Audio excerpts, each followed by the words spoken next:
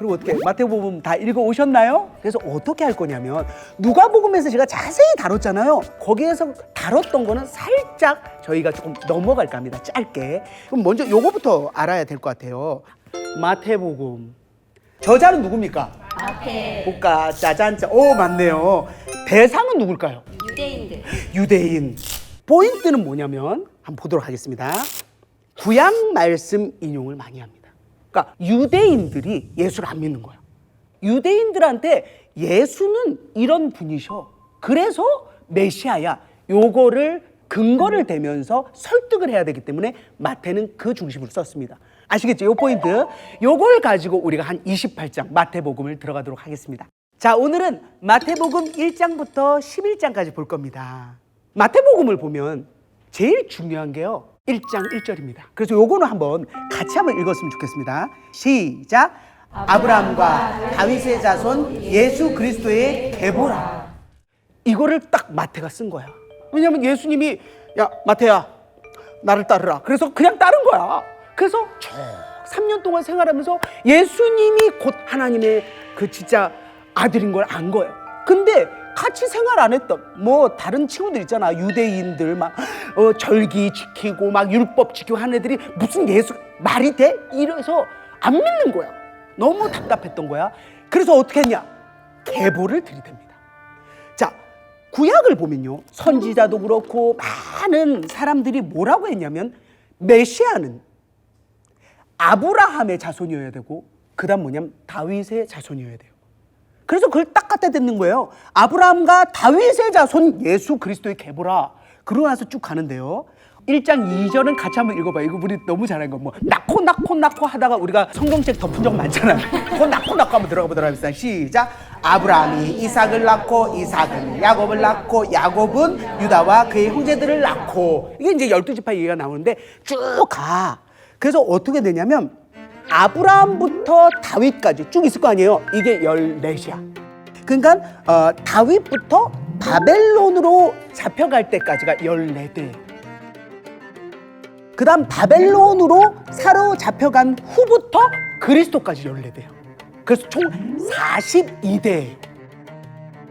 하나님이 여기다가 펼쳐놓으세요. 마태의 손을 사용했지만 성령의 감동 감화요. 이 포인트 여러분들 놓치면 안 됩니다. 그리고 나서는 이제 예수의 태어나심이 쫙 펼쳐져요. 여기에 이제 무슨 얘기를 쓰시냐면 마리아가 처녀였어요. 근데 성령이 잉태돼. 그래서 애를 가지게 된 거예요. 그래서 여기에 뭐라고 써있냐면 요셉이 의로운 사람이라 그것을 드러내지 않고 가만히 인연을 끊고자 했대. 사람들은 모를 거 아니야. 예수님이 하나님의 아들인지 아닌지 모르잖아. 근데 처녀가 애를 가져? 그럼 돌에 맞아 죽어요. 그렇기도 하고 본인도 많이 당황을 하긴 했어. 그래서 이제 그렇게 하고 있을 때 어떻게 됐어요? 하나님의 사자가 왔잖아. 그래서 그때 뭐라고 하냐면 처녀가 잉태하여 아들을 낳을 것이요 그의 이름은 임마누엘이라 하여라 라는 것이 이게 이사야 7장 14절에 써있는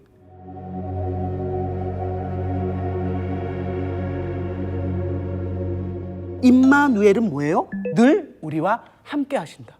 예수님은 지금 우리와 함께 하시죠? 네. 아멘. 우리와 임마누엘 하시는 예수님이 이때 이제 등장한다라고 요셉한테 이야기를 하게 되니까 요셉이 인연을 끊어야 되겠다 하는 마음에서 바꿔서 순종합니다. 그래서 아이를 낳기까지 동침하지 않고 그의 이름을 예수라 했어요. Jesus. 그리고 2장으로 넘어갑니다. 짜잔 짜잔 누가 나타나느냐. 어렸을 때 그 떡하고 초코파이 얻어먹으려고 동네에서 한번 교회를 간 적은 있어요. 저들 밖에 그러면서 왜 동방박사 막 이런 공연했잖아요. 그 동방박사가 나옵니다. 동방박사는 이쪽 동방 쪽의 박사들입니다. 천문학, 막 점성학 이런 거를 연구하는 독특한 아주 뛰어난 사람들이죠. 근데 이게 별이 딱 이제 뜨면 거기에 메시아가 태어난다라는 이야기를 듣고 그 먼 곳을 찾아온 거야. 그리고 맨 처음 찾아간 것이 길을 잘못 찾아서 헤롯 대왕을 만나러 간 거야. 대왕님 여기에 유대인의 왕이 나십니다. 그때 헤롯이 생각했지. 내가 유대인의 왕인데 쏙 감추서 그래 어디서 나겠느냐. 그래서 그때 또 마태가 성경의 내용을 댑니다. 베들레헴아 너는 유대 고래 중에서 가장 작지 아니하도다. 내게서 한 다스리는 자가 나와서 내 백성을 이스라엘의 목자가 되리라 라는 것은 미가서 5장 2절에 써 있어요.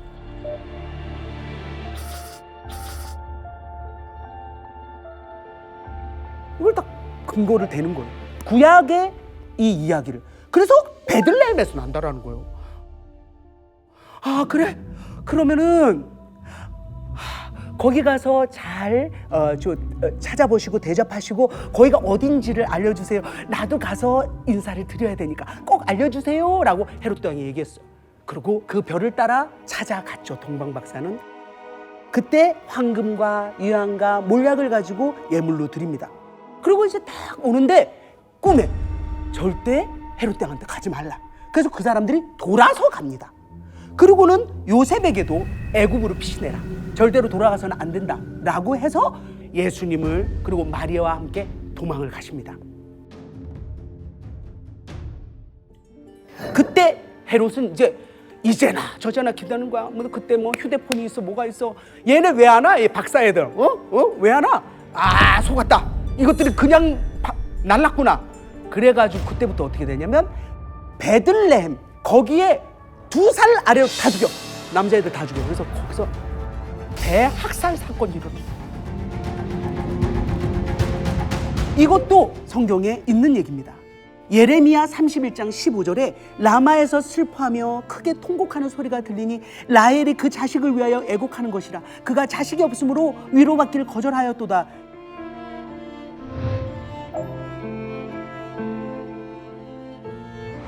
그곳의 그 아픔을 이렇게 표현합니다. 자, 3장으로 넘어갑니다. 사복음서를요 하나하나를 그 특색을 가지고 보잖아요. 내용이 같은 것 같지만 달라요. 관점이 다르고. 바로 28년을 떼어버렸어. 28년 뒤에요. 갑자기 한 사람이 나는데 아주 독특해. 골룸은 아닌데 골룸이 약간 옷 입은 사람처럼 세례 요한이 있지. 그리고 그 사람이 먹는 건 아주 독특합니다. 저는 메뚜기와 석청을 먹습니다. 이런 거 있잖아요. 그리고 옷도 낙타털 옷을 입고 허리에 가죽띠를 두고 광야에서 살아요. 이 사람 아버지는 아시나요? 진짜 뛰어난 레위 지파 제사장이었어요. 그런데 하나님의 그 부르심에 세례 요한은 광야의 소리로 삽니다. 400년 동안 하나님은 침묵하셔서 말라기 이후로 아무 이야기가 없다가 회개하라 천국에 갔고, 그러니까 사람들이 다 놀란 거. 저 사람이 메시아인가 보다. 늘 메시아를 기다리고 있었거든. 그런가 봐. 우리 회개해야 되나 봐. 그러고 막 줄을 쫙 쓴 거야. 거의 맛집처럼 줄을 쫙 서가지고 세례 요한한테 세례를 받는 거예요. 요한이 세례를 주고 있는데 한 사람이 옵니다. 그분이 바로 우리가 사랑하는 예수님이. 요한이 딱 예수님을 보면서 제가 세례를 받아야죠. 아니 어떻게 제가 예수님에게 세례를 드립니까? 라고 했더니 예수님이 뭐라고 하시냐면 이제 허락하라. 우리가 이렇게 하여 모든 의를 이루는 것이 합당하다. 그러니까 둘의 합작품이에요. 먼저 바람을 잡고 그 다음에 세례를 받고 이제 공생애 3년 동안의 공생애를 스타트를 합니다. 4장으로 넘어갑니다. 4장 12절을 보면 그러니까 이렇게 갈릴리 쪽 있죠. 이쪽입니다. 이쪽 위쪽에 이제 예수님이 활동을 하시는데요. 가버나움도 있고 아시잖아요, 그죠? 나사렛도 있고 이쪽 다 갈릴리 쪽. 근데 이거는 또 마태가 이렇게 이야기합니다. 예언을 성취하기 위해서다. 이사야 9장 1절에서 2절에 스불론, 납달리 땅 그리고 요단강 저편 해변길과 이방의 갈릴리여 흑암에 앉은 백성이 큰 빛을 보았고 이 빛이 예수님이죠. 사망의 땅과 그늘에 앉은 자들에게 빛이 비추었도다.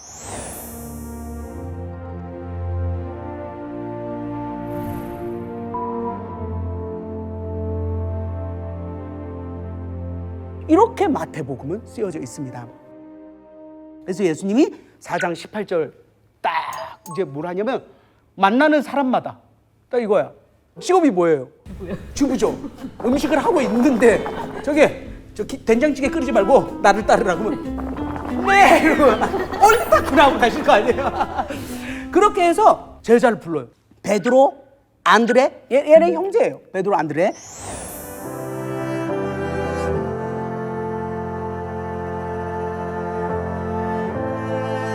베드로, 안드레가 곧 그물을 버려두고 따릅니다. 그 다음에 야고보, 요한, 얘 세베대의 아들. 얘는 집에 잘 살아서 그물도 애들이 괜찮았거든. 아버지하고 같이 작업하고 있는데 예수님 지나가면서 얘들아 뭐라, 아빠는 되게 싫었을 거야. 잔업할 게 너무 많은데. 얘는 내내 우르르 따랐어요. 그래서 사람 낚는 어부가 된다라는 말에 예수님을 따라서 신앙 결단을 세웁니다. 자, 5장에서 7장 내용을 갑니다. 여러분들 너무도 유명한 산상수훈 아시죠? 이것은 이제 팔복에 대한 것들을 체크를 하고 갔으면 좋겠다는 생각이 들어요. 우리가 새해가 되면 어떤 이야기를 하죠? 새해 복 많이 받으세요. 그 복에 대한 여러분들의 이미지는 어떻습니까? 뭔가 머니, 어떤 뭔가 이렇게 경제적인 것들, 이런 것들에 대한 이미지가 있는데, 와, 5장에서 말하는 복은 너무도 우리랑 거리가 멀어. 우리가 좀 가까이 안 했으면 좋겠는 복들이 우르르 쏟아져 나옵니다. 자, 그럼 그 복을 한번 보도록 하겠습니다. 심령이 가난한 자래. 가난한 자인데 돈이 없고 이런 게 아니라 심령. 아무리 내가 가족이 있고 돈이 있고 일이 있고 명예가 있고 명품이 있고 해도 그냥 가난해. 나도 그랬거든. 얼마나 열심히 살았어. 내 주먹 하나 믿고 안 채워져. 그래서 또 도전, 또 벌어야 돼, 돈 벌어야 돼, 더 사야 돼. 안 채워져. 그건 뭘로 채워요? 하나님의 사랑, 하나님과 나와 교제하는 걸. 내가 하나님께 영광 돌려요. 하나님 감사합니다. 이게 채워지는 겁니다. 어떤 친구들은 보면 꽉 차 있어. 괜찮아. 난 너무 좋아 지금. 너무 행복하고 괜찮아. 심령이 부자잖아요. 가까이 오기가 힘듭니다. 그래서 우리가 다 보니까 가난해 보여 지금 보니까. 심령이 가난해 보여. 뭐라고 써 있는지 알아요? 천국이 그들의 것이다. 자, 그 다음이 이건 너무 중요한 포인트야. 애통하는 자. 애통하세요? 애통하는 자는 위로를 받을 거래요. 하나님이 남을 위해서 이렇게 애통했어. 위로해줄게 하고 하나님이 위로한대. 그래서 그렇게 기도해야 됩니다. 세 번째는 온유한 자요. 예수님의 뛰어난 성격이 뭔지 아세요? 온유입니다. 정말 온화하고 부드러워. 그 사람은 땅을 기업으로 받을 거래요. 이 땅에서 하나님은 기업인으로 사용을 하실 거랍니다. 의에 줄이고 목이 마른 자요.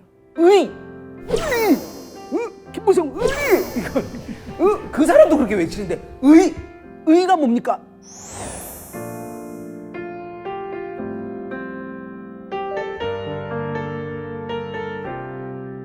의에 줄이고 목마른 자는 배부를 거래요.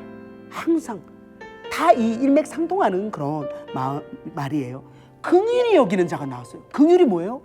나는 너무 잘 살아. 막 아파트도 넓고 차도 너무 좋아. 저 사람이 못 사는 거랑 나랑 뭔 상관이에요? 아니야. 있는 것도 막 벗어줄까요? 응? 내 것 드릴까요? 이런 진짜 어려운 사람을 긍휼히 여기는 그 사람은 긍휼히 여김을 받을 거예요. 마음이 청결한 자, 마음이 깨끗해야 돼. 내가 거룩하니 너희도 거룩하라. 우린 거룩할 수 있는 존재가 아니에요. 근데 하나님이 거룩하래. 왜? 딸로, 아들로 삼을 거니까. 하나님이 그렇게 결정하셨대요. 이렇게 하나님이 마음이 청결하고 거룩하면 하나님을 본대요. 늘 하나님을 보고 사실 거예요. 화평하게 하는 자, 화평, 평화, 평안, 그죠? 얘가 있으면 어딘지 모르게 뭔가 평안해, 화평케 해, peace. 이 사람은요, 하나님의 아들, 하나님의 딸이 된대요. 마지막, 의를 위하여 박해를 받는 자. 박해 받고 계십니까? 저 박해 받았었어요. 엄마가 집에도 오지 마라. 내는 예수쟁이는 싫다. 막 이러고 막 예수 믿는다고 솔직히 이거 막 드러내기 쉽지 않잖아요. 앞으로도 우리는 박해가 있을 거예요. 그것을 끝까지 버티는 자는 뭐예요? 천국이 그들의 것입니다. 천국이 나의 것. 시작. 천국이 나의 것입니다. 이게 팔복입니다. 여러분, 요것도 좋지만 요거는 수단에 불과하면서 이 팔복을 누리시기 바랍니다. 네. 기도하세요. 팔복을 제가 사랑하게, 내가 정말 원할 수 있도록 기도하세요. 하나님 그런 마음을 주실 겁니다. 자, 그 다음에 5장 43절을 보면요, 이웃을 사랑하는 마음을 이야기를 하셨어요. 근데 내 이웃을 사랑하고 네 원수를 미워하라 하였다는 것을 너희가 들었으나 이거는 거짓말이에요. 이거는 바리새인, 사두개인 이런 율법학자들이 바꿔놓은 거야. 레위기 19장 18절이었어요. 그대로 읽어드릴게요. 레위기. 원수를 갚지 말며 동포를 원망하지 말며 네 이웃을 사랑하기를 네 자신과 같이 해라라고 써 있어요. 근데 어디 네 원수를 미워하라고 써 있어요? 없어요. 네 원수를 미워해라 라고 성경 어디에도 없습니다. 이거를 예수님께서 이야기를 하면서 너희 원수를 사랑해라. 원수 사랑하기 힘들죠. 근데 성경에서 원수를 사랑하래요. 그리고 박해한 자를 위해서 기도를 하래요. 정말 예수님은 이 구약을 더 깊게 면밀하게 그렇게 표현을 하십니다.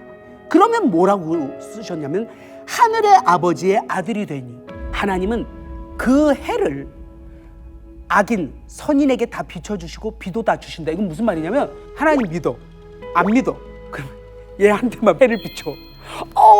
햇볕이 안 들어. 비가 오는데 여기만 와. 그렇게 안 하시잖아요. 똑같이 해가 있고 비가 오고 먹을 것이 있는 것처럼 우리가 내 사람, 난 이 사람만 사랑해, 응원해 하면 그거는 누구나 그렇게 한다. 이방인도 그렇게 한다. 그러니 너는 원수를 사랑해야 된다라고 이렇게 가르쳐 주세요.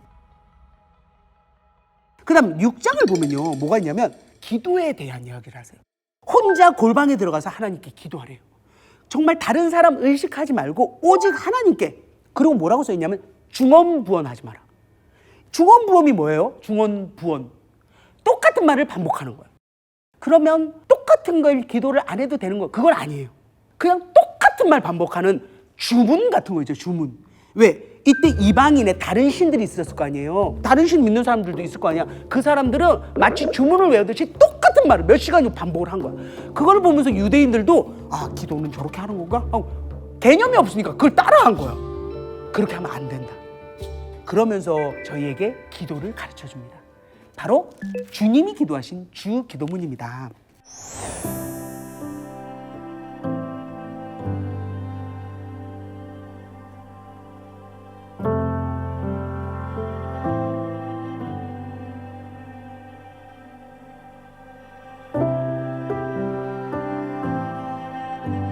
그러면서 6장 31절에서 34절에는 뭐 먹을까 뭐 입을까 다 이방인이 구한다. 이거 중요한 얘기예요. 아버지가 있어야 될 줄 아신다. 너희는 먼저 그의 나라와 그의 의를 구하라. 그리하면 이 모든 것을 너희에게 더하시리라. 그 증인이 바로 접니다. 그전에는요, 이 목표가 달랐어요. 내 거. 근데 지금은 하나님의 나라와 의를 구하려고 이 앞에 섰습니다. 하나님이 너무 예쁘다고 막 주셔. 사랑도 주시고 옷도 주시고 먹을 것도 주시고. 그것을 여러분 한번 도전해 보시기 바랍니다. 하나님은 그러신 분이에요. 이것도 너무 와닿았어요. 그러므로 내일 일을 위하여, tomorrow, 내일 일을 위하여 염려하지 마라.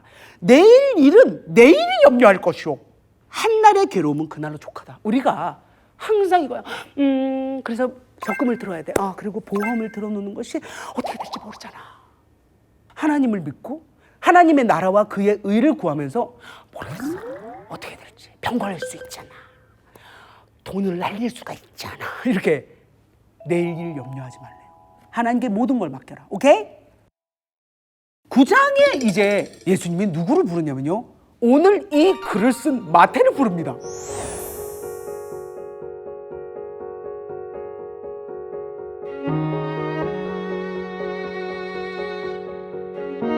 마태랑 식사를 하는 거야. 파티. 막 식사를 하는데 바리새파인들이 세리 이런 사람들 무시했거든. 그러니까 딱 보더니 무슨 랍비라는 사람이 뭐 가르친다라는 사람이 죄인들하고 어울려서 식사를 하냐? 그때 예수님이 딱 이렇게 얘기해요. 건강한 자에게 의사가 필요해요, 안 해요? 필요 없지. 그래서 병든 자에게 쓸 때가 있지, 의사가. 너희는 가서 내가 긍휼을 원하고 제사를 원하지 않는다.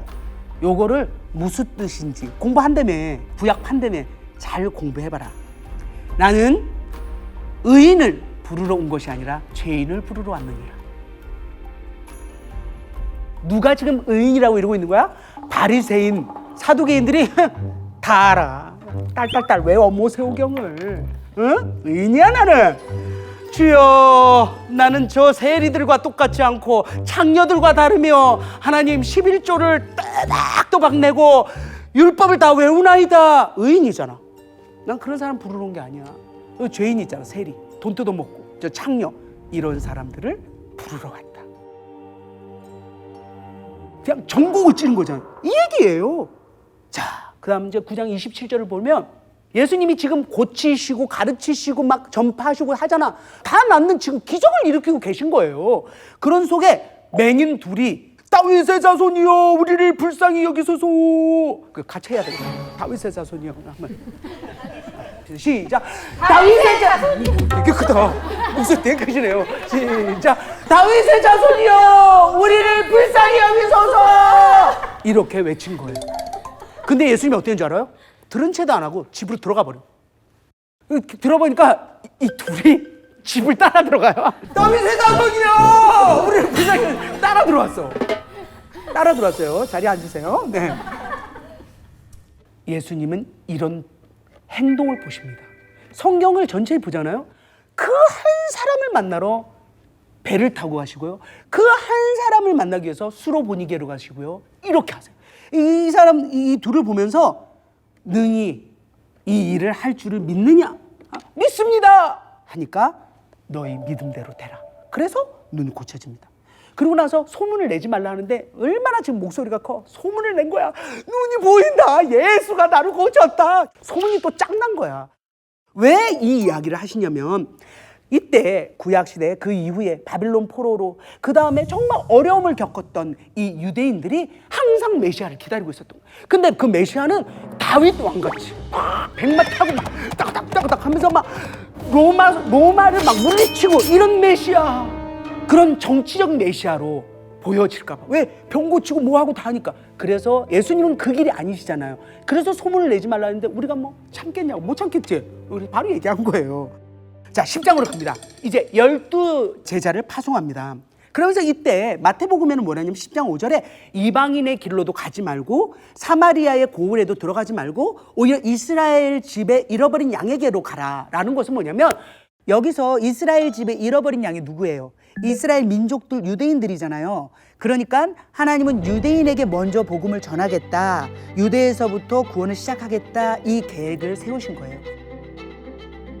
그리고 나서 세상 모든 민족에게 가라라는 것을 이렇게 이야기를 합니다. 그거를 12 제자한테 얘기하면서 이 얘기를 해요. 뱀같이 지혜롭고 비둘기같이 순결하게.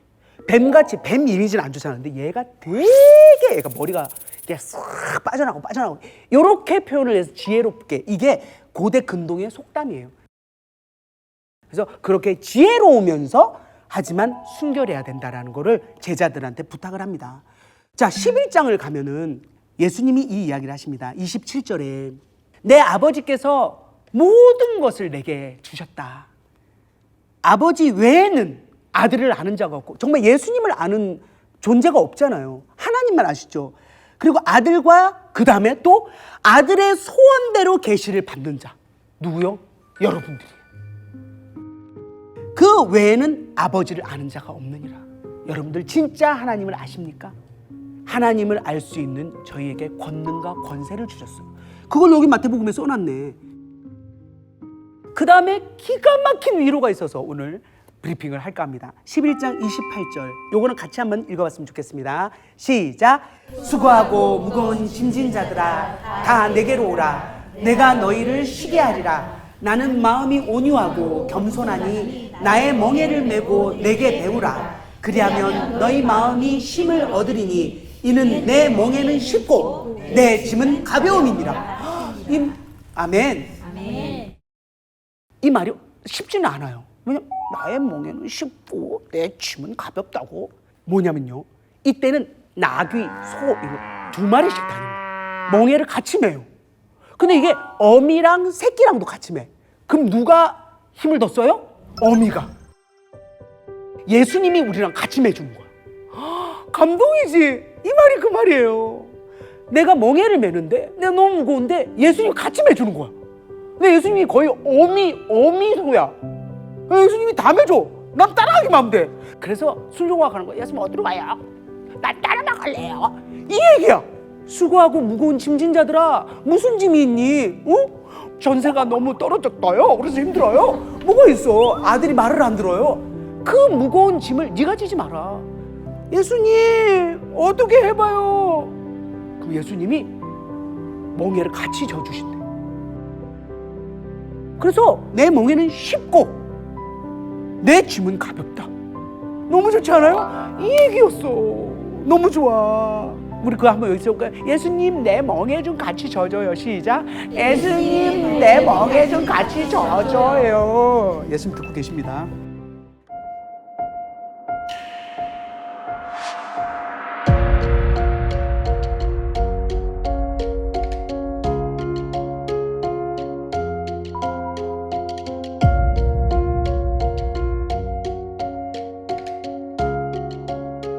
이런 이제 상황이 앞에.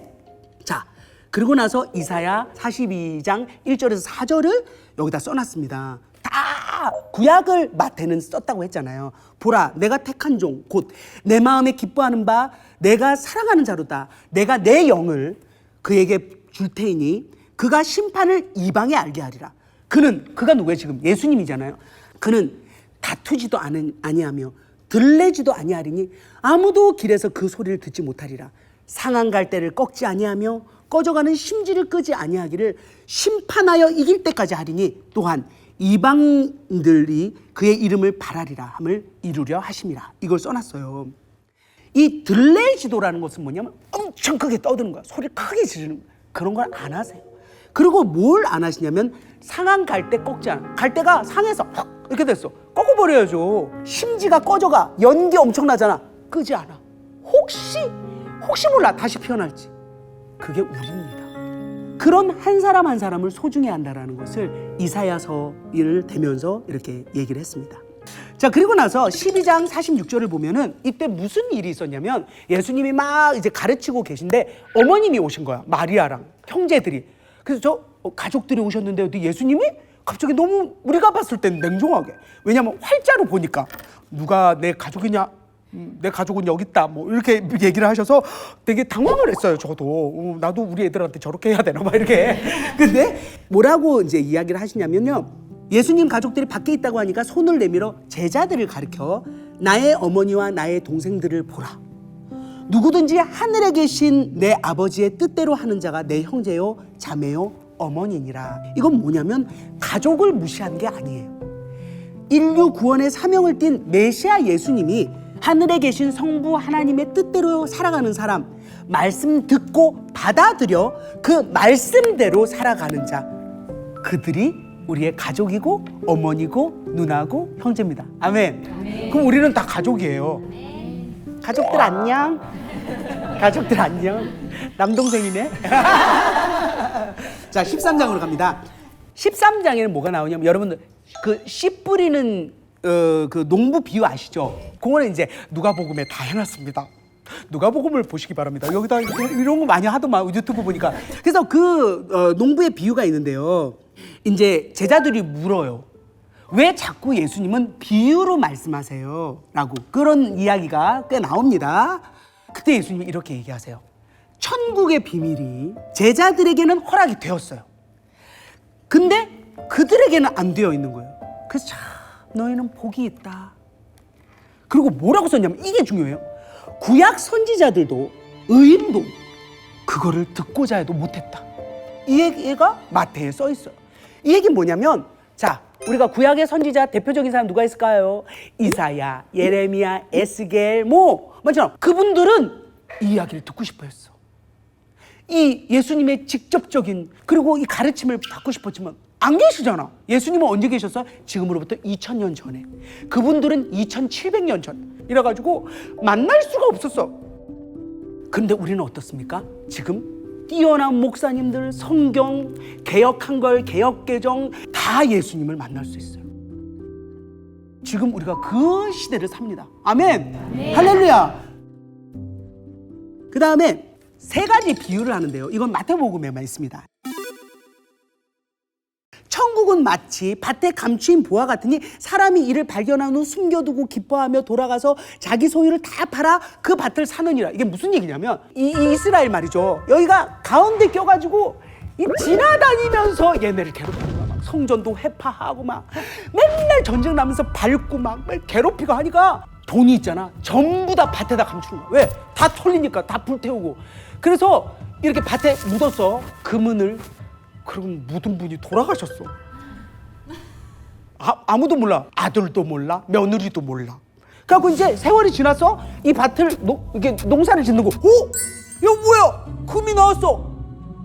이거 누구 거예요? 그래서 법을 만들었으니까 워낙 많이 땅에서 나오니까 묻고 나서 그 사람이 아무것도 발견하지 않은 척하고 가서 밭을 사는 거야. 그러면 이게 내게 돼요. 천국은 이렇다. 천국을 알게 되었을 때는 모든 걸 다 바쳐서 천국을 사야 된다. 이 얘기예요.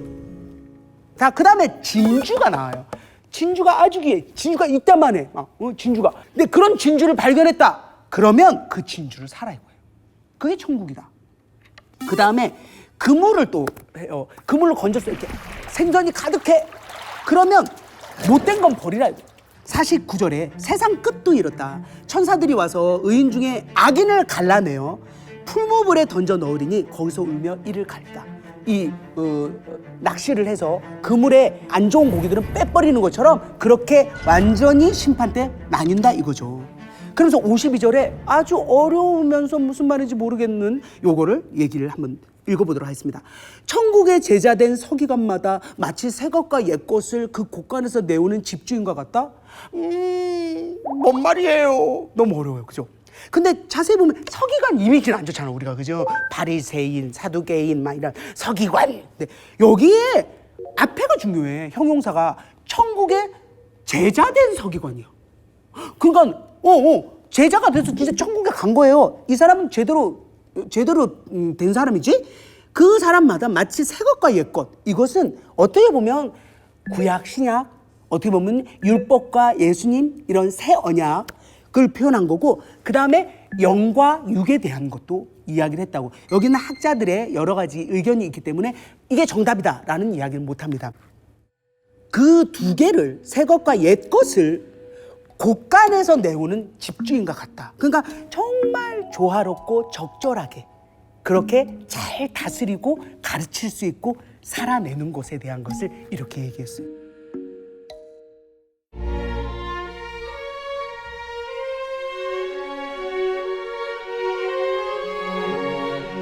그때 무슨 일이 일어나냐면 여러분들이 다 아시는, 정말 많은 사람들이 배가 고프자 오병이어의 기적을 일으키시죠. 오병이어의 기적을 일으키고 나서 사람들이 오, 메시아인갑다 막 우르르 다니니까 그때 어때요? 예수님 치고 빠지세요. 왜냐면 그러려고 오신 게 아니잖아요. 아시잖아요. 우리의 죄를 다 뒤집어 쓰시고 십자가에 매달리는 게 하나님의 계획인데 여기서 그러면 안 되잖아요. 그러면 예수님은 바로 빠지세요.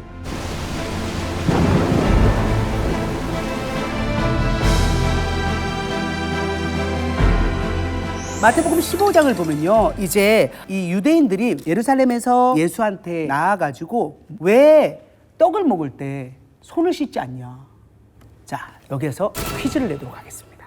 밥 먹기 전에 손을 씻어야 되는 거, 이거 되게 많이 얘기 나오거든요. 이게 모세의 율법에 기록이 되어 있기 때문에 지켜야 한다. 이거는 O. 안 지켜도 된다. X. 하나, 둘, 셋. X. 2명. 자, 정답은 2명만 맞췄습니다. 2명만 맞췄어요. 모세의 율법인 줄 아셨어요? 아닙니다. 아니, 모세가 시내산에 올라가서 하나님하고 이제 받아 적고 있는데 저 애들 손 씻으라 그러나 하나님 얘기하셨겠냐고. 그러니까 여러분들이 헷갈리면 안 되는 게 장로들의 전통이에요. 이걸 예수님이 딱 집어요.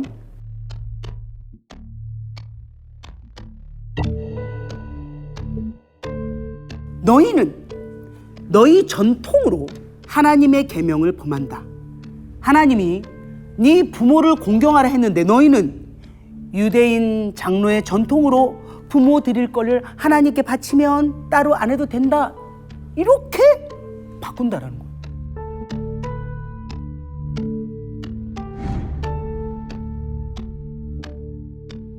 그러면서 뭐라고 얘기하냐면 입으로 들어가는 게 사람을 더럽게 하는 게 아니라 나오는 게 더럽게 한다.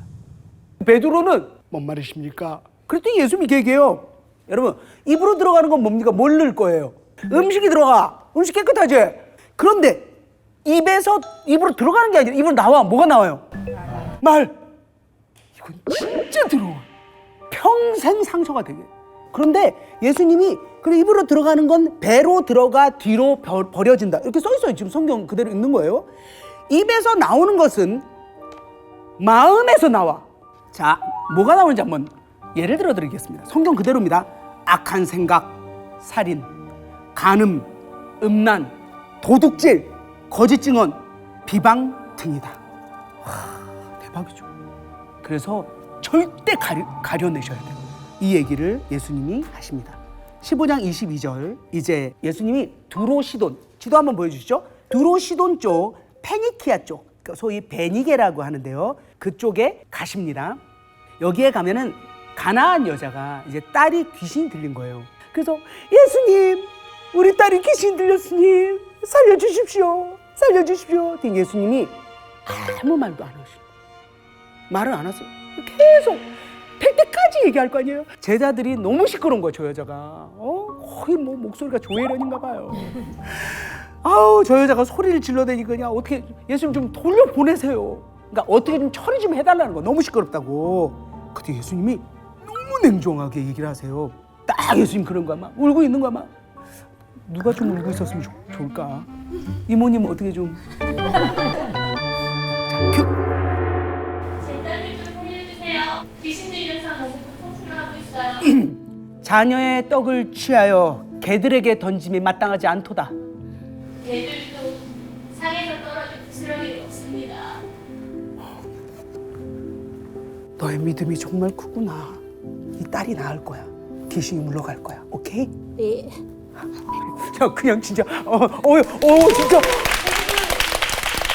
이게 한 것은 그 사람을 사실은 무시한 게 아니고 우선은 유대인들을 위한 사역을 하신 거고 그 다음에 그 여인의 믿음이 어떠한지도 보시려고 하는 것 같아요.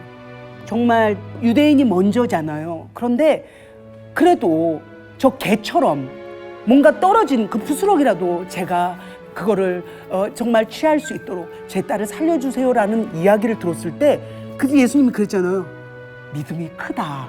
소원대로 되리라 라고 해서 그 딸이 귀신이 떠나고 건강해졌습니다. 박수 한번 주시죠. 와, 이렇게 열연을 해주시면서 그렇게 하고 다시 갈릴리로 돌아와서 고치시고 가르치시고 전파하실 때 칠병이어의 기적을 또 일으키십니다. 16장 가면요, 이때는 이제 어디로 갔냐면은 가이사랴 빌립보, 누가복음에 또 설명을 자세히 했거든요.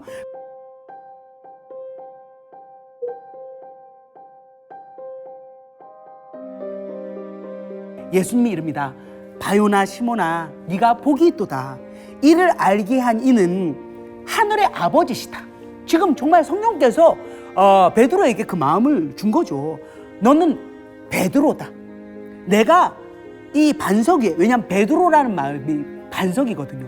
예. 그래서 반석 위에 내 교회를 세우리니 음부의 권세가 이기지 못하리라 라고. 그러니까 교회라는 이야기를 하십니다. 그리고 이제 자신이 고난받고 죽임당하고 부활까지 이야기를 그곳에서 하세요. 그때 베드로가 갑자기 화를 벌컥 내면서 결코 죽게 그런 일이 미치지 아니하리이다. 예수님 하면서 마치 자기가 막 그 일을 막을 것 마냥 눈에 불을 켜고 얘기하는 거예요. 그때 예수님이 베드로한테 사탄아, 내 뒤로 물러가라. 너는 나를 넘어지게 하는 자다. 네가 하나님의 일을 생각지 않고 사람 일을 생각한다.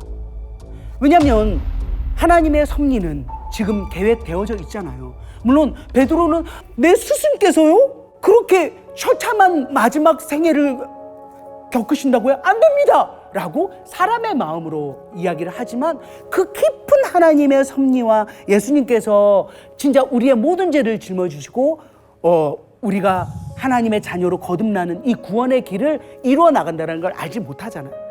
그래서 사탄아라고 얘기하지만 베드로가 사탄이라는 이야기는 아니고 사탄이 베드로를 흔들어 놓은 거죠. 그거에 대해서 꾸짖으신 거라고 생각합니다. 그리고 인자가 아버지 영광으로 그 천사들과 함께 온다. 이것은 이제 예수님의 재림에 대한 이야기도 이때 하시게 돼요. 그때에 각 사람이 행한 대로 갚을 거라고 해요. 진짜 한 사람 한 사람이 어떻게 하나님을 믿고 어떻게 살았는지를 체크하고 세심바 되신다고 하시죠. 여기 있는 사람 중에 죽기 전에 인자가 그 왕권을 가지고 오는 것을 볼 자도 있느니라 라는 말이 이게 무슨 얘기일까? 여러 가지 신학자들의 의견이 있습니다. 이거는 어떻게 보면은 예수님 돌아가시고 부활하시고 그 다음에 나중에 사도행전을 가면 오순절에 완전히 성령이 전부 다 임해서 그죠? 결국 어떻게 해요? 순교하잖아. 하나님 나라는 이 땅에 이미 임했죠. already 임했지만 아직 임하지 않은, 영어로 따지면 yet, 예수님이 재림하지 않으셨고 아직도 현재 진행형인 이 이야기를, 이 깊은 이야기를 여기에서 다룬 것은 아닌가라는 생각을 합니다. 17장을 보면요, 이제 누가 딱 버티고 있냐면 가버나움에 예수님 활동을 많이 하셨거든요. 거기 딱 가니까 거기서 돈 받으러 다니는 애들이 있는 거야. 이 사람들은 세리가 아니에요. 뭘 받느냐? 성전세를 받는 거예요. 성전에 세를 내는 거예요. 이게 돈이 얼마냐면 반세겔인데, 반세겔을 따져보니까 2드라크마야. 2드라크마를 따지니까 이틀치 품삯이야. 우리가 예를 들어 이틀치 품삯을 뭐 하루에 한 10만 원 받는다 치면 한 20만 원? 뭐 10만 원에서 20만 원 정도 지금으로 따지면 그렇다고 쳐봐요. 그거를 1년에 한번 내야 되는 거예요. 2월에서 3월 한번 내는데 예수님이 안 냈다 이거야. 베드로한테 그 사람들은 거야. 너네 스승하고 왜 성전세를 안 내냐? 그랬더니 베드로가 당황하더니 내신다! 그래서 이렇게 써있어. 내신다! 그러고 들어가 버린 거야. 베드로도 물어보고 어떻게 얘기를 할까요? 해야 되는데 내신다! 그러고 딱 들어갔어. 예수님 목소리가 커서 들었는지 아니면은 하나님이시니까 다 아시는지 딱 그런 거예요. 베드로한테 베드로야, 너는 어떻게 생각하냐? 뭐를요? 세상 왕은 누구에게 관세 국세를 받느냐? 아들이냐 아니면 타인이냐? 누구예요? 타인. 왜냐면 통치권자들의 이제 왕자들은 면세 대상이었거든요. 근데 베드로가 딱 대답하지. 타인입니다. 이렇게. 그렇다면 자 이제 예수님이 말씀하실 걸 하죠. 아들들은 세를 면한다. 오케이. 그러면은 성전세를, 예수님은 하나님의 아들이잖아요. 그러면은 낼 필요가 있을까요? 없을까요? 없죠. 그렇게 몰아가세요, 베드로를. 근데 베드로가 어떻게 써요? 바깥에서 내신다! 그러고 가잖아요. 성전세인데. 그래서 그렇게 깨닫게끔. 근데 여기에서 끝내지 않으세요. 오케이. 하지만 사람들이 실족지 않기 위하여. 왜? 하나님의 아들인지를 모르는 사람들도 많이 있잖아요. 그래서 네가 갈릴리 호수에 가서 물고기 한 마리를 꺼내라. 하나를 꺼내서 입을 열어. 그럼 거기에 한 세겔이 들어있을 거야. 그거를 네 반, 내 반 해서 내라. 이건 뭐예요? 이게 말이 안 되는 거잖아. 그냥 이게 주머니에 있는 거 뺀 게 아니라 물고기 안에 돈을 이렇게 해서 정말 하나님의 아들이시면서 곧 하나님이시면서 성전세를 내는 것, 이것까지 하신 거예요. 박수 한번 주세요. 이야, 이거 대박이지 않습니까? 자, 18장으로 갑니다. 형제가 죄를 범했을 때, 그리고 교회에서 문제가 생겼을 때 어떻게 해야 된다라는 대처법을 알려주세요. 이게 아주 중요해서 이게 좀 체크를 해봤습니다. 형제가 죄를 범했어요. 그럼 먼저 1대1로 권고를 하래요. 먼저 이야기를 해보는 거야. 답이 없는 거야. 그러면 어떻게 하냐면 2-3 사람의 증인으로 확증하게 하고, 그래도 안 되면 그때는 교회에 말하고, 그래도 안 되면 이방인과 세리처럼 여겨서 상대하지 말고 스스로 깨닫게 하라. 이런 지혜까지도 2000년 전에 써놓으셨습니다. 그리고 이렇게 써놓으셨어요. 18절은 함께 읽어볼까요? 시작. 진실로 너희에게 이르노니 무엇이든지 너희가 땅에서 매면 하늘에서도 매일 것이요 무엇이든지 땅에서 풀면 하늘에서도 풀리리라. 다음, 진실로 다시 너희에게 이르노니 너희 중에 두 사람이 땅에서 합심하여 무엇이든지 구하면 하늘에 계신 내 아버지께서 그들을 위하여 이루게 하시리라. 다음, 두세 사람이 내 이름으로 모인 곳에는 나도 그들 중에 있느니라. 이 이야기가 되게 중요하잖아요. 두세 사람이라는 것은 딱 두세 사람이 아니라 교회에 대한 이야기를 하는 것입니다. 그래서 나만을 위한 것이 아니라 내 가족, 더 나아가서는 우리 주위의 공동체 함께 하라는 거예요. 모이기를 힘쓰고 진짜 합심하여 기도한다라는 것이 얼마나 중요한지 교회의 공동체의 역할을 이야기하는 겁니다. 이 교회요? 이 교회, 이 건물을 이야기하는 것이 아니라 두세 사람 모인 이 믿음의 동지들이 중요하고 이 동지들이 모인 곳이 소위 우리가 말하는 철치, 이 교회 건물에 모인 사람들인 거죠. 용서에 대한 이야기도 하고 합심해야 된다는 이야기도 하고 형제에 대한 그 사랑에 대한 이야기도 하자. 또 누가 들이대도록 하겠습니까? 베드로 또 형님께서 물어봅니다. 저기 예수님, 용서에 대해서 용서를 못하고 있는 사람이 있나 봐. 베드로도 살면서 또 있을 거 아니에요. 몇 번까지 용서를 해야 됩니까? 하면서 구체적으로 또 얘기를 합니다. 내가 지금 6번까지는 했는데 도저히 안 되겠. 한 번만 더. 7번까지 합니까? 그랬어요. 그때 예수님이 뭐라고 썼는지 알아? 7번을 70번을 해라. 자, 곱해봅니다. 7 곱하기 70은 490. 490. 매일 용서해도 1년이 넘네요. 무한대로 하라는 거예요. 그냥 용서해줘라. 말이 안 되잖아. 무한대로 할 수 있어요? 안 돼? 자, 그렇다면 예수님이 말씀하십니다. 10,000달란트 빚진 자가 있어. 10,000달란트는요, 지금으로 따지면 약 25조 원입니다. 이걸 갚을 수가 없잖아요. 제발 좀, 저 좀 봐주세요. 못 갚습니다. 했더니 이 주인께서 빌려준 사람이 알았다 하고 탕감해줬어. 탕감은 뭐냐면 까준 거야. 그 감사합니다. 감사합니다. 그러고 왔어. 그럼 딱 봤는데 이제 나한테 1,000,000원 꺼간 애가 있는 거야. 길거리에 만난 거야. 만나자. 이리 와봐요. 일로 와요. 당감 받았대. 놀러봐. 놀러봐. 너 1,000,000원 왜 안 갚아? 1,000,000원 왜 안 갚아? 저기야. 얘 내 돈 떼먹었거든요. 이거 갚아. 감옥에 들어가. 그리고 감사합니다. 막 이렇게 한 거예요. 그 소리를 탕감해준 주인이 들은 거야.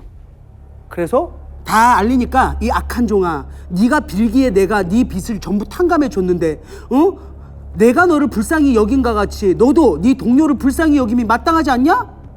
그 빚 다 갚어. 그러면서 옥졸들은 뭐냐면 그 깜빵을 지키는 그 병사들 있잖아요. 걔한테 넘긴 거예요. 35절 함께 있습니다. 시작. 너희가 각각 마음으로부터 형제를 용서하지 아니하면 나의 하늘 아버지께서도 너희에게 이와 같이 하시리라.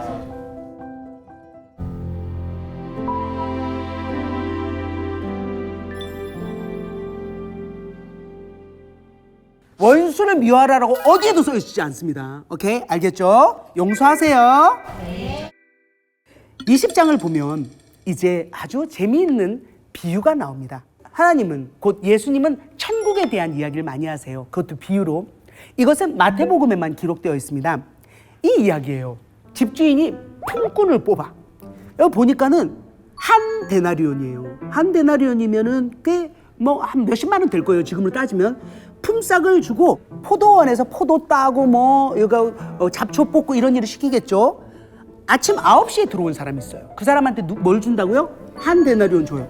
근데 보니까 12시에 또 사람을 불러왔어. 그다음 오후 3시에 이 사람은 점심 먹고 어슬렁어슬렁 하다가 왔나 봐요. 오후 5시에도 불렀어. 그럼 좀 이따 끝나요. 그래서 계산을 딱 하는데 뭐 아침부터 일한 사람도 볼 거 아니야. 쟤는 지금 들어오냐? 저녁 먹고 온 거야? 뭐야? 그래서 다 모였어. 쫙 줄 섰어. 몇 시에 왔어?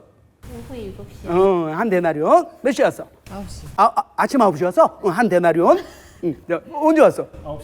9시 한 데나리온. 이렇게 준 거예요. 아니, 여러분 생각을 해봐요. 아침 9시부터 일한 사람하고 오후 5시에 일한 사람하고 가격이 똑같다니까? 그래서 아니라다 좀 이상하죠? 그래갖고 말한 거예요. 아버지 온 사람 얘기해봐. 저기요. 왜 똑같이 줍니까? 오케이. 자, 그러면 내가 답을 할게요. 우진님은 내가 얼마를 약속을 했죠? 한 데나리요. 약속한 돈 받았잖아. 내 거 가지고 내 뜻대로 했는데 내가 선하기 때문에 악하게 보느냐?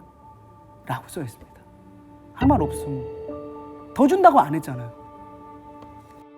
그건 악한 게 아닙니다. 하나님의 뜻입니다. 이 이야기를 합니다.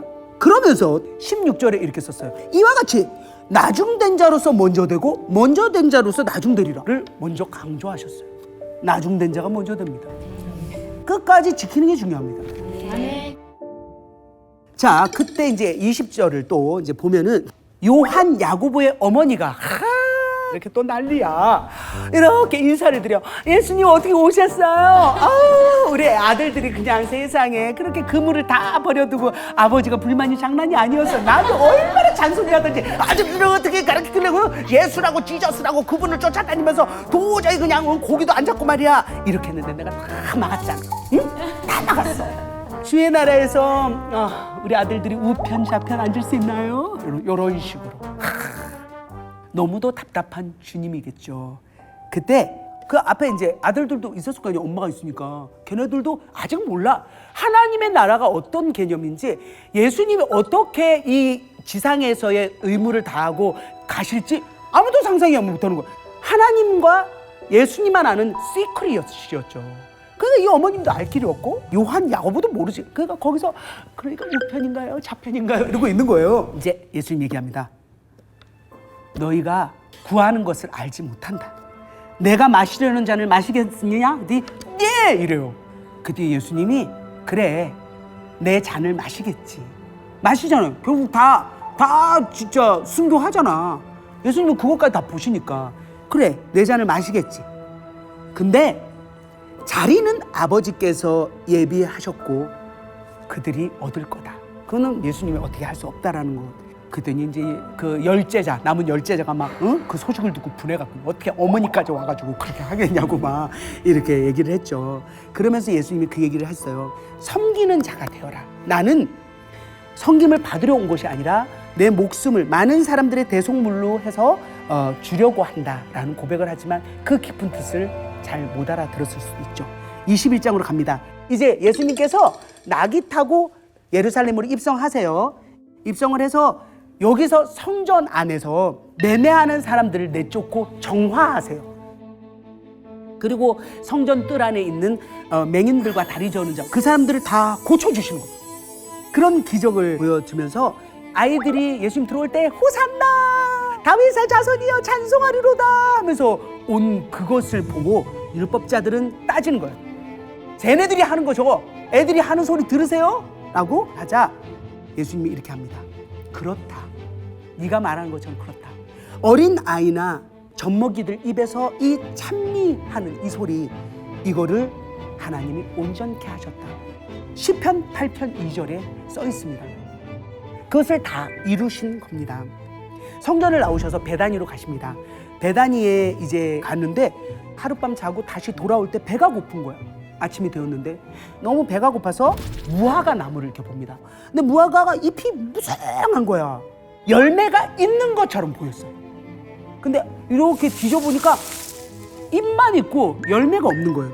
근데 예수님이 그 나무를 말라버리게 합니다.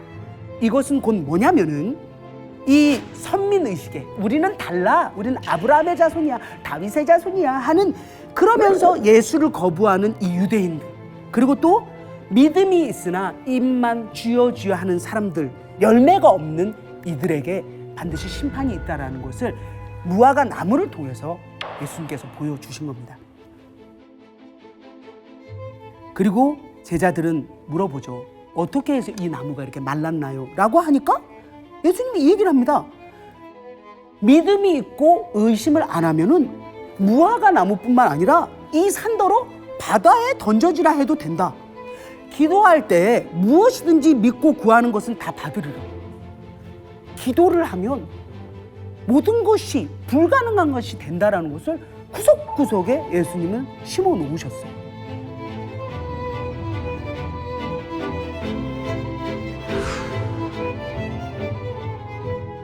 또 비유를 주십니다.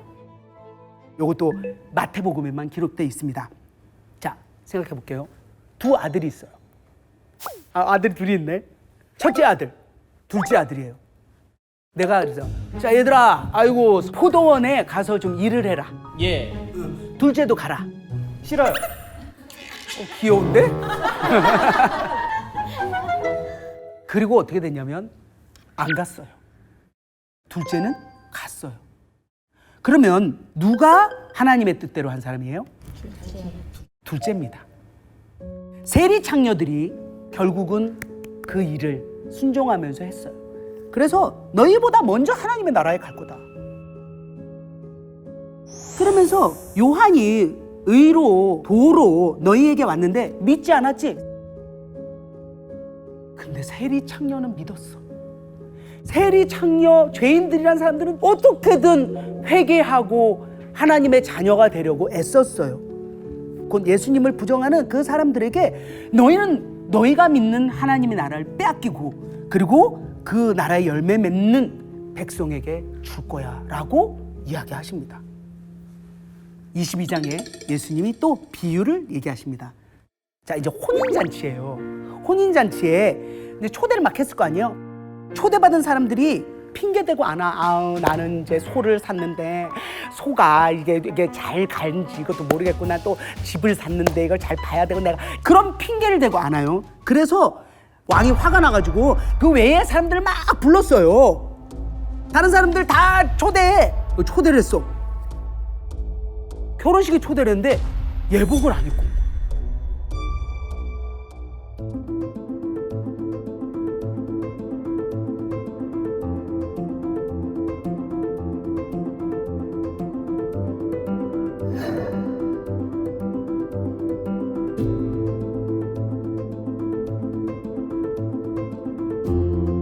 그래서 그 사람들 보고 손발을 묶어서 바깥 어두운 데 내던져라.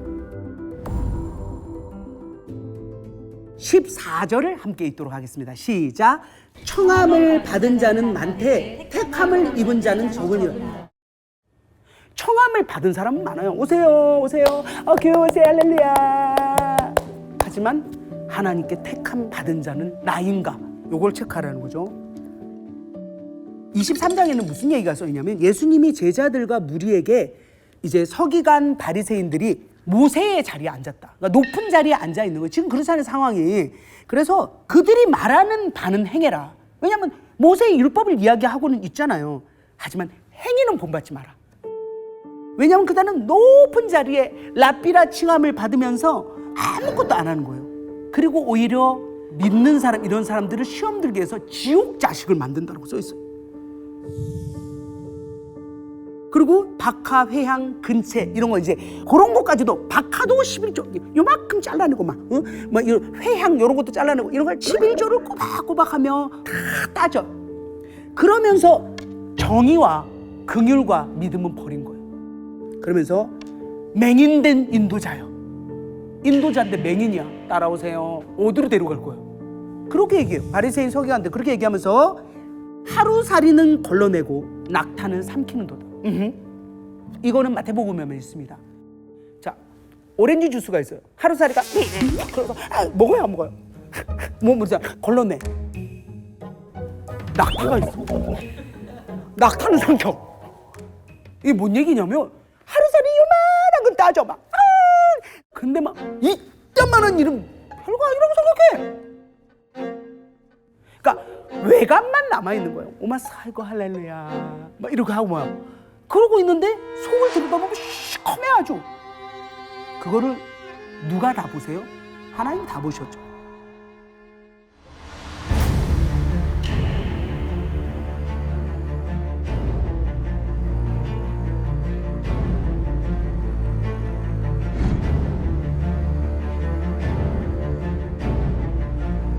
(24장을) 넘어가도록 합니다. 제자들이 이렇게 성전을 가르쳐요. 이 성전은 지금 가르치는 건 누구 성전이에요? 헤롯 성전. 엄청 커. 우와, 성전. 예수님, 성전 좀 보세요. 그랬더니 성전을 보시면서 이것은 전부 다 무너진다. 그리고 감람산에서 제자가 조용히 예수님한테 와요. 그게 어느 때입니까? 또 주의 임하심과 세상 끝의 징조가 어떤지 좀 물어봐도 되겠습니까? 라고 궁금하니까 예수님이 이렇게 얘기하십니다. 미혹을 조심해라.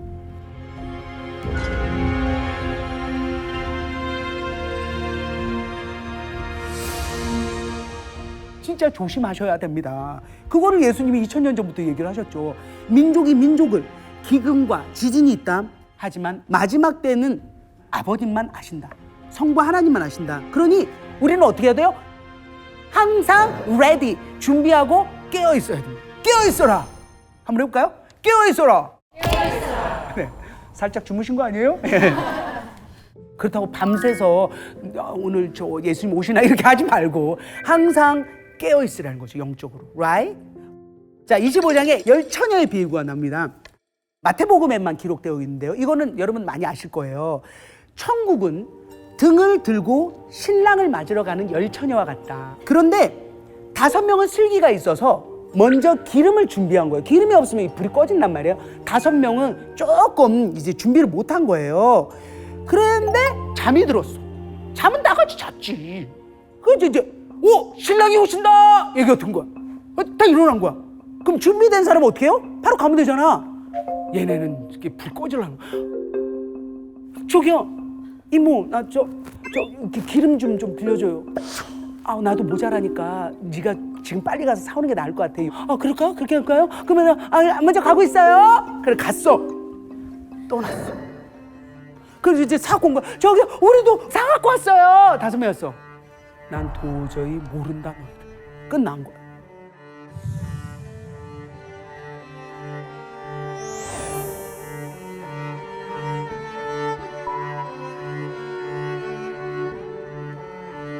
자, 25장 31절을 보면은 곧 예수님이 자기 영광으로 모든 천사와 함께 올 때에 자기 영광의 보좌에 앉으리니 모든 민족을 그 앞에 모으고 각각 구분을 하신대요.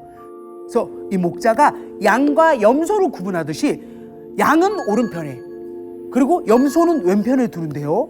그때 임금이 그 오른편에 있는 자한테 내 아버지께 복받을 자여 나와 창세로부터 너희를 위하여 예비된 나라를 상속받으라. 그러니까 하나님의 나라를 곧 천국을 상속받으라는 거죠. 내가 줄일 때 너희가 먹을 것 주었고 목마를 때 마시게 했고 병들었을 때 돌봤고 옥에 갇혔을 때도 와서 봤다니까 의인들이 우리가 언제 그렇게 했어요 했더니 뭐라고 하시냐면 이 세상에 지극히 작은 자에게 내 형제 중에 가장 작은 자에게 한 것이 곧 내게 한 것이다 라고. 그리고 왼편에 있는 자들에게는 저주를 받을 자들아 나를 떠나고 그리고 마귀와 그 사자들 위하여 예비된 영원한 불에 들어가라. 그래서 진실로 너희에게 이르노니 이 지극히 작은 자 하나에게 하지 않은 것이 내게 하지 않은 것이다 라고 이야기합니다. 와, 그들은 영벌에 의인들은 영생에 들어가리라 라고 기록하십니다.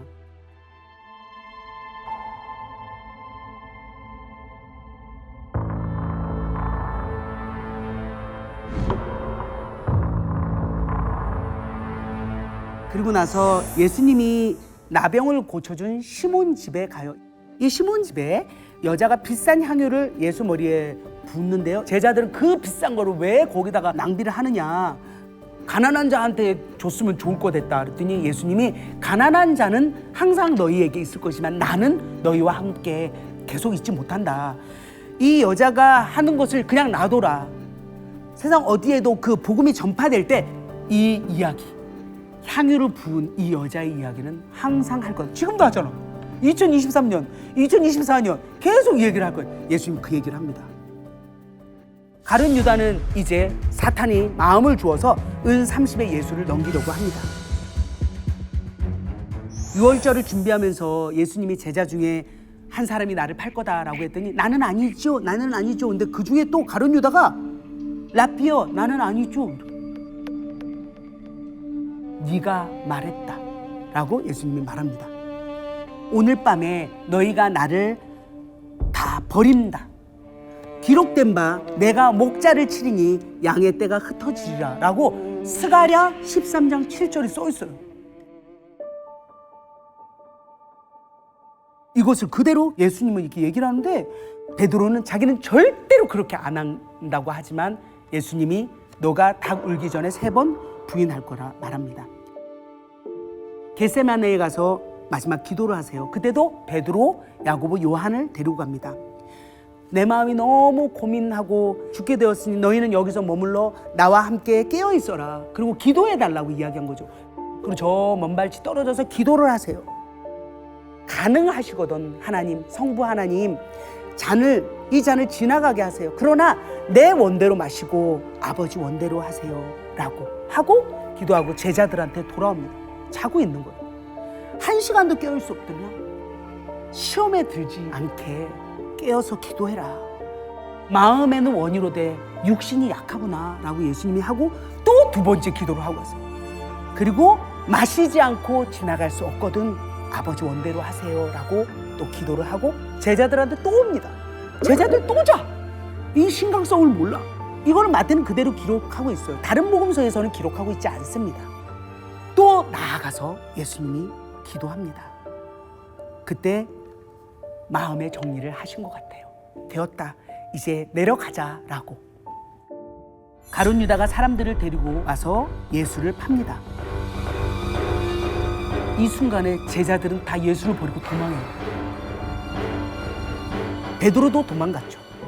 그렇지만 조금 마음에 찔려서 예수를 따라오긴 했습니다. 그래서 불 쬐는데 그 앞에서 예수님은 저기 보여. 이러고 이렇게 있는 거예요. 뭐 말은 못하고. 막 이런데 싹 보니까 거짓 증인이 많이 왔어. 근데 말을 했는데 얻지를 못하는 거야. 왜? 여러분도 아시겠지만 예수님이 뭘 잘못했어요. 병자 고치고 가르치고 이런 얘기했지 뭘 나쁜 거를 해서 한 게 없잖아. 그러니까 증인을 구하지를 못해요. 그리고 또 어떤 2 사람이 와가지고 61절을 보면은 이 사람이요 성전을 자기가 헐고 3일 만에 짓겠나? 뭐 이렇게 얘기했어요. 대제사장이 물어봅니다. 너를 치는 증거가 어때? 예수님 아무 말 안 합니다. 대제사장이 물어봐요. 내가 너로 살아계신 하나님께 맹세하노니 네가 하나님의 아들 그리스도인지 말해라. 이렇게 얘기해요. 예수님이 여기에는 리액션을 하였어요. 네가 말하였다. 내가 너희에게 이르노니 이후에 인자가 내가 예수가 권능의 우편에 앉아있는 것과 하늘 구름을 타고 오는 것을 너희가 보리라.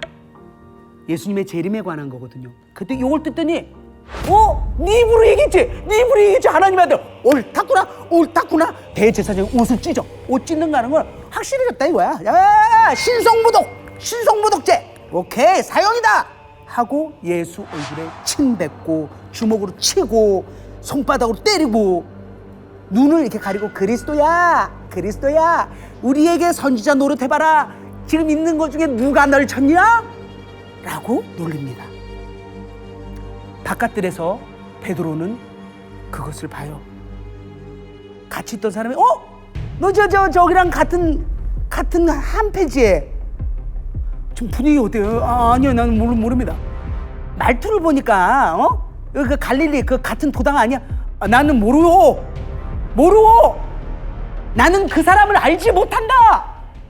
꼭 깨워 하고 다 깨웁니다.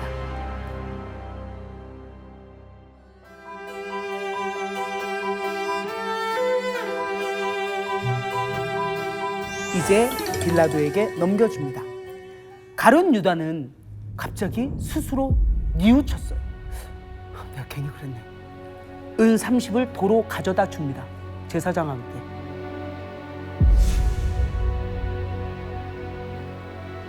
가룟 유다가 스스로 목을 메어 죽습니다.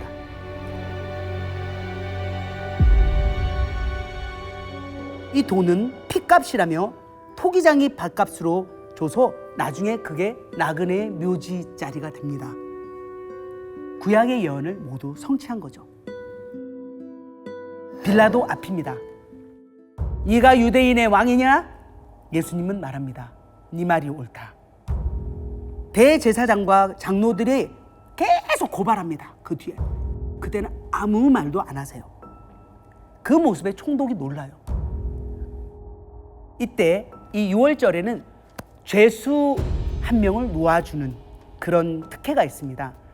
그 죄수를 놓아줄까? 이 예수를 놓아줄까? 그 죄수 바라바를 놓아주시오! 라고 합니다. 근데 그때 마태복음에만 기록되어 있는 것은 빌라도의 아내가 자기 꿈에 예수가 나왔는데 자기가 너무 애를 태웠다 이거예요. 그러니까 아무 상관 말라고, 제발 이거 하지 말라라고 조언을 합니다. 그런데 주위에서는 모두 십자가에 못 박으소서. 십자가요? 십자가는 가장 처절한 사형입니다. 도망간 노예, 악범들 이런 사람들만 십자가 처형합니다. 그래서 빌라도가 이렇게 얘기한 건데 뭘 그렇게 잘못했냐. 그때 더욱 소리 질러 십자가에 못 박으소서. 밀란이 나려는 걸 보고 빌라도가 물을 가져오라 그래. 물 가져와라. 손을 씻어. 나는 이 사람 피에 아무 상관이 없다. 못 박아라. 십자가에 못 박아라.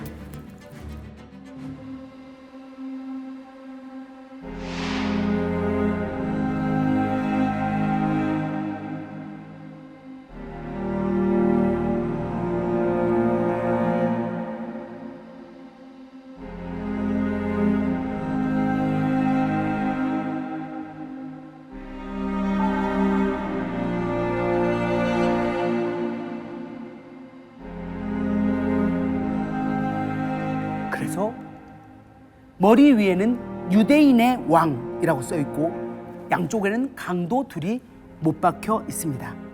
지나가는 자들이 모욕합니다. 성전을 헐고 사흘에 짓는 자여, 네가 만일 하나님의 아들이거든 네를 구원하고 십자가에서 내려와 보지. 남은 구원해도 본인은 구원 못하냐? 네가 내려오면 믿을게. 그의 말이 나는 하나님의 아들이라 하지 않았냐? 예수님 귀에 들립니다. 손에는 못으로 박아서, 발에는 못으로 박아서 피가 흐르며 육체의 무게 때문에 점점점 내려가면 숨을 쉴 수 없어서 계속 하고 이렇게 올려야 돼요. 시간은 흐릅니다. 3시까지 어둠이 계속됩니다. 엘리 엘리 라마 사막,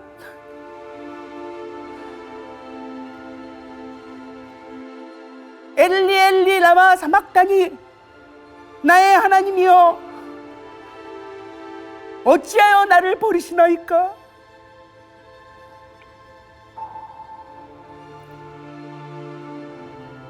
예수님이 크게 소리를 지르시고 영원히 떠나가십니다. 이때 성전에 있는 성소와 지성소를 가르고 있는 휘장이 위에서 아래로 쫙 찢어집니다.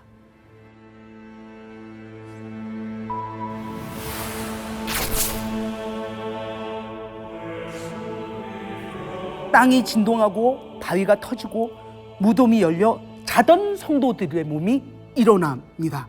예수 부활 후에 그들이 무덤에 나와서 거룩한 성에 들어가 많은 사람들에게 보이기도 했습니다. 백부장 등 거기 있는 사람들은 이렇게 고백합니다. 진실로 하나님의 아들이었다. 아리마대 요셉은 사내들인 공회의 멤버지만 예수의 제자였죠. 빌라도에게 가서 시신을 달라고 해요.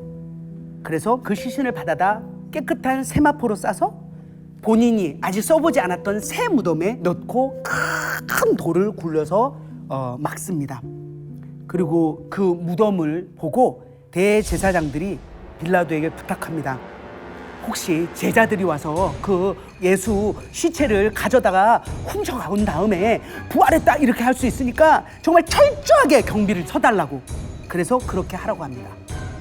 돌을 임보하고 경비들이 지킵니다. 28장. 안식일이 다 지나고 새벽이 되었어요. 막달라 마리아 그리고 다른 마리아가 무덤에 갔어요.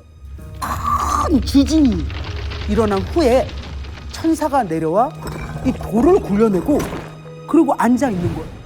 그것을 로마 경비병들이 다 보고 무서워서 떨어. 어떻게 이런 일이 일어날지? 죽은 자 같이 됩니다. 이건 마태복음만 기록되어 있어요. 천사가 여자들에게 물어봅니다. 예수를 찾느냐? 살아나셨다. 누운 곳을 보니 정말 예수님이 안 계신 거예요. 여자들이 큰 무서움과 큰 기쁨으로 막 가는 거예요. 그때 예수님이 막달라 마리아와 그 마리아에게 샬롬 샬롬 하면서 만나 주십니다. 여자들이 예수님의 발을 붙잡고 경배한다고 이렇게 마태복음은 기록하고 있습니다. 예수님이 얘기합니다. 무서워하지 말고 형제들에게 갈릴리로 가라 하라. 거기서 나를 볼 거다라고. 경비병들도 이제 예수 시체가 없어졌잖아요. 성에 달려간 거야. 그리고 대제사장 저기요, 예수 시체가 없어졌어요. 그때 돈을 줍니다. 경비병들에게. 제자들이 도둑질했다가 갔다고 그래. 어? 그렇게 말해? 그 이야기를 지금까지도 믿습니다. 11 제자가 갈릴리에 가서 예수를 뵙습니다. 우리가 한번 18절에서 20절 함께 읽어보도록 하겠습니다. 시작. 하늘과 땅의 모든 권세를 내게 주셨으니 그러므로 너희는 가서 모든 민족을 제자로 삼아 아버지와 아들과 성령의 이름으로 세례를 베풀고 내가 너희에게 분부한 모든 것을 가르쳐 지키게 하라. 볼지어다 내가 세상 끝날까지 너희와 항상 함께 있으리라. 아멘. 저는 45에 예수를 믿었습니다. 교회를 처음 가고 그 다음 날부터 성경을 읽었습니다. 성경을 읽고 또 읽고 너무 어려워서 또 읽었습니다. 지금 9년이 흘렀습니다. 이제 이스라엘도 가고 사복음서를 계속 읽으면서 하나님이 얼마나 우리를 사랑하는지, 하나님과 예수님과 성령님이 태초부터 계획한 우리의 구원의 약속, 그리고 우리를 진심으로 사랑한다는 그 마음을 조금 알 것 같습니다. 여러분, 정말 예수님을 사랑하십니까? 말씀을 깊게 묵상하십니까? 이제 모든 것을 가르쳐 지키게 하십시오. 그리고 행하십시오. 그래서 올바른 크리스찬, 그리스도인, 예수님의 제자, 하나님의 자녀로 살았으면 좋겠습니다. 아멘. 할렐루야. 이렇게 마태복음 마칩니다.